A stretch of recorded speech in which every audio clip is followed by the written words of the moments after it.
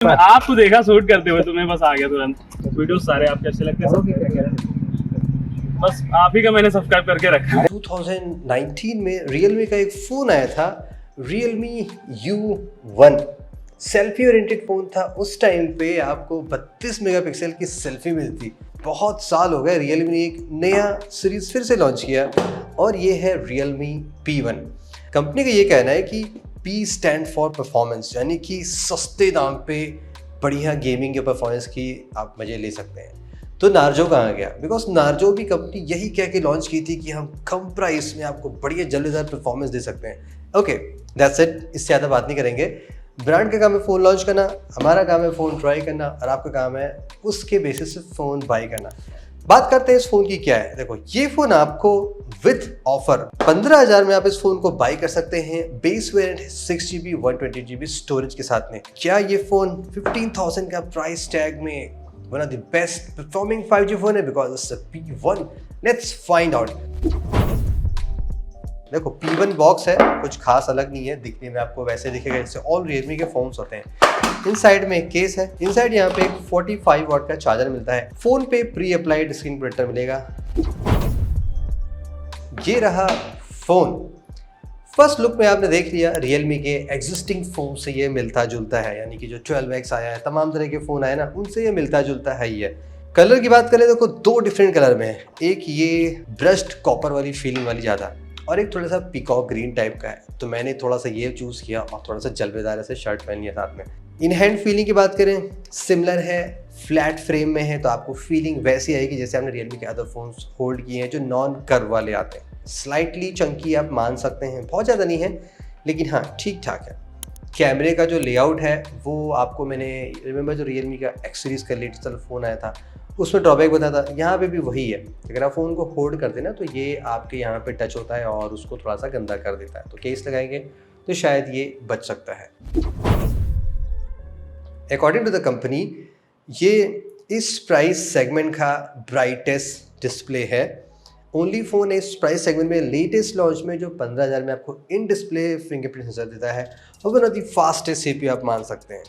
Bezel की बात करें, देखो ये राइट लेफ्ट टॉप तीनों इक्वल हैं, बॉटम थोड़ा सा ज़्यादा है।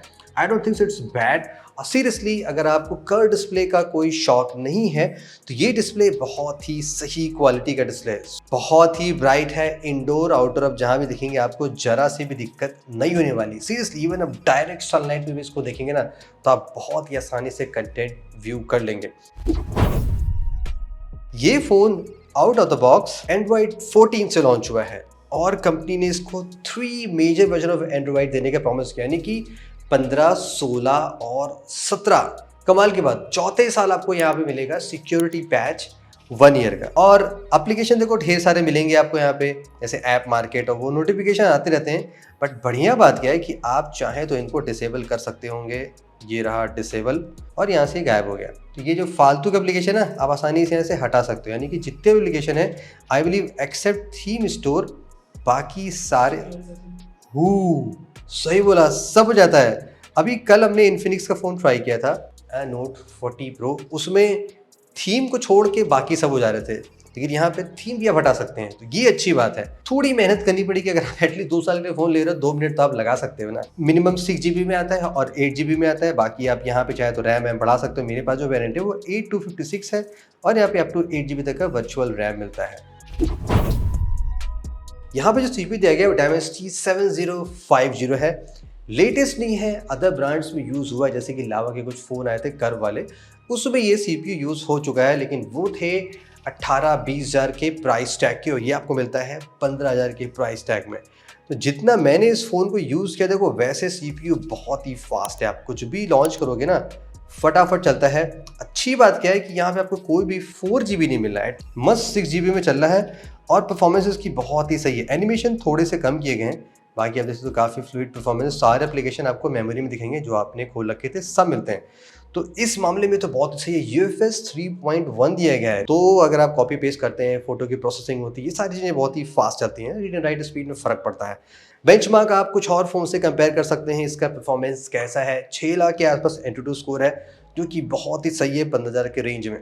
हाई परफॉर्मेंस पे आते हैं। अगर आप गेमिंग के लिए इस फ़ोन को लेते हैं, देखो हमने यहाँ पे BGMI प्ले किया, हम ज़्यादा प्ले नहीं करते, हम एक गेम खेलते हैं आधे घंटे के आसपास, जितना चल जाए उसमें।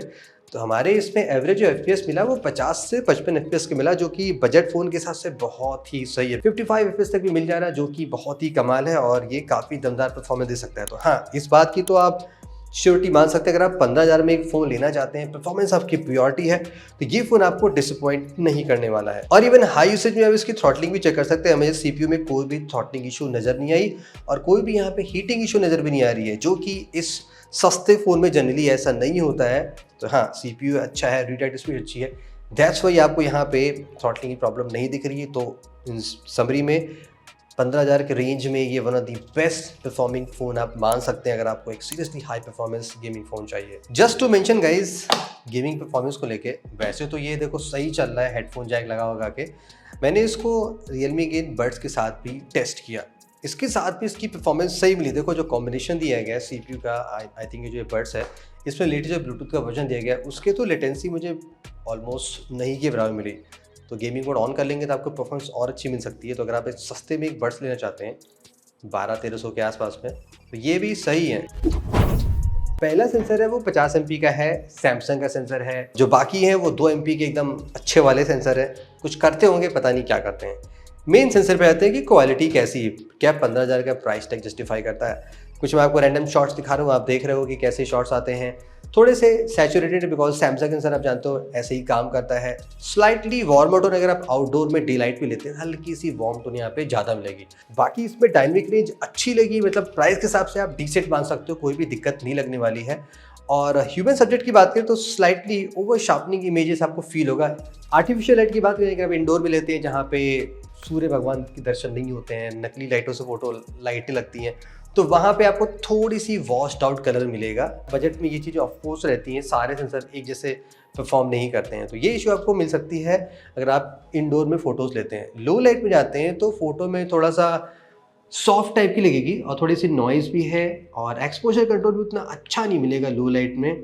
बट अगर आप नाइट मोड ऑन करते हैं तो तमाम तरह की जो प्रॉब्लम है, जैसे कि नॉइज़ कम हो जाती है, लाइट कंट्रोल ठीक हो जाती है, वो फिक्स हो जाती है। तो ऑलवेज अगर आप बजट फ़ोन ले रहे हैं तो आप नाइट मोड जरूर यूज़ किया करिए। 2-3 सेकंड लग सकता है बट इवेंचुअली शॉट बहुत इंप्रूव हो जाते हैं। पोर्ट्रेट शॉट की बात करें तो वो भी आप देख सकते हो। पोर्ट्रेट शॉट वैसे इसमें देखो एज डिटेक्शन और बैकग्राउंड ब्लर तो अच्छा हो रहा है, जनरली सस्ते फ़ोन में बहुत कम मिलता है, लेकिन हाँ एक आध बारी नहीं भी हुआ है और हुआ भी ज़्यादा कंडीशन में अच्छा काम किया है। स्लाइटली सैचुरेटेड है ज़्यादातर सिचुएशन में, ज़्यादातर क्या आप 50-50 मान सकते हो, कभी हैं कभी नहीं हैं। स्किन टोन सही आ रहा है, डिटेल्स स्किन की और सब्जेक्ट की अच्छी आ रही है। वीडियो कैपेबिलिटी में देखो कमाल की बात क्या है कि इस फोन के आप इस रियर कैमरे से आप 4K 30 FPS के वीडियो बना सकते हैं। ऑन दी कॉन्स में ऑफ कोर्स यहाँ पे आपको कोई भी OIS नहीं मिलेगा। डिटेल वैसे तो ठीक है, कलर यहाँ पे नेचुरल आ रहा है, वाइब्रेंट शॉट आपको नहीं मिलेगा वीडियो में। डायनेमिक रेंज उतना अच्छा नहीं मिलेगा जितना आपको अच्छे फ़ोन में मिलता है, सस्ते फ़ोन में ये कॉम्प्रोमाइज़ मिल सकता है। एक्सपोजर मैनेजमेंट इश्यूज थोड़ी आपको लग सकती है लाइट एक्सपोजर की, तो ये प्रॉब्लम है। तो अगर आप स्टिल बनाते हो, लाइटिंग कंडीशन ठीक है, 4K बनाते हो तो मज़ा ले सकते हो, अदरवाइज नॉर्मल रील्स बनाने के लिए तो ये ओके है। सेल्फी यहाँ पे 16 MP की है, सेल्फी बहुत इंप्रेसिव नहीं लगी, ठीक ठाक है, सॉफ्ट टाइप की सेल्फी आ रही है, बहुत मज़ेदार सेल्फी यहाँ पे आपको दिखाई नहीं पड़ेगी।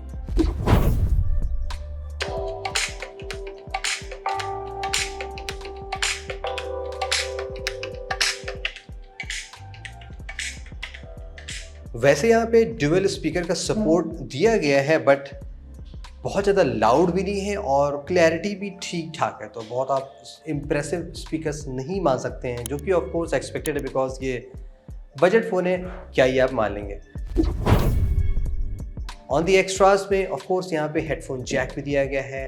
एडिशनल आप यहाँ पे माइक्रो SD कार्ड भी लगा सकते हैं। 5G बैंड में आपको सारे मिलते हैं जो मिलने चाहिए, कोई ऐसी आपको दिक्कत लगने वाली नहीं। बाकी डायलर में यहाँ पे आपको गूगल डायलर मिलता है, सो आपको सेटिंग में जाके यहाँ पे कोई भी कॉल रिकॉर्डिंग का फीचर नहीं मिलेगा। ओ डायलर इंस्टॉल करना पड़ेगा, बिकॉज वो BBK ग्रुप का ही है, तो आसानी से आप कॉल रिकॉर्डिंग कर सकते हैं। बाकी ट्रू कॉलर प्रीमियम आप बाई कर लेंगे तो वहाँ से भी रिकॉर्डिंग आसानी से हो जाती है, कोई टेंशन की बात नहीं होती है।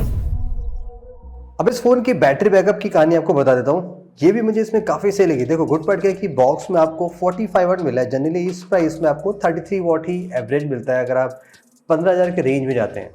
Also on the heavy usage में हमें ये ऑलवेज 8 आवर्स प्लस का स्क्रीन ऑन टाइम में मिला है। अभी जैसे आपको मैं लास्ट स्टैट दिखाऊं तो हमने अराउंड उसको 20 आवर्स एगो चार्ज किया था और अब जाके यहाँ पे 9% बैटरी लेफ्ट है। Depends on the usage, max to max में अगर आप कितना भी वर्स्ट केस में चलाते हैं तो 7 से 8 आवर्स का स्क्रीन ऑन टाइम आप आसानी से इस फ़ोन में पा जाएंगे। तो मोस्ट इंपॉर्टेंट क्वेश्चन, क्या आप Realme P1 कंसीडर करें या ना कंसीडर करें? The big question.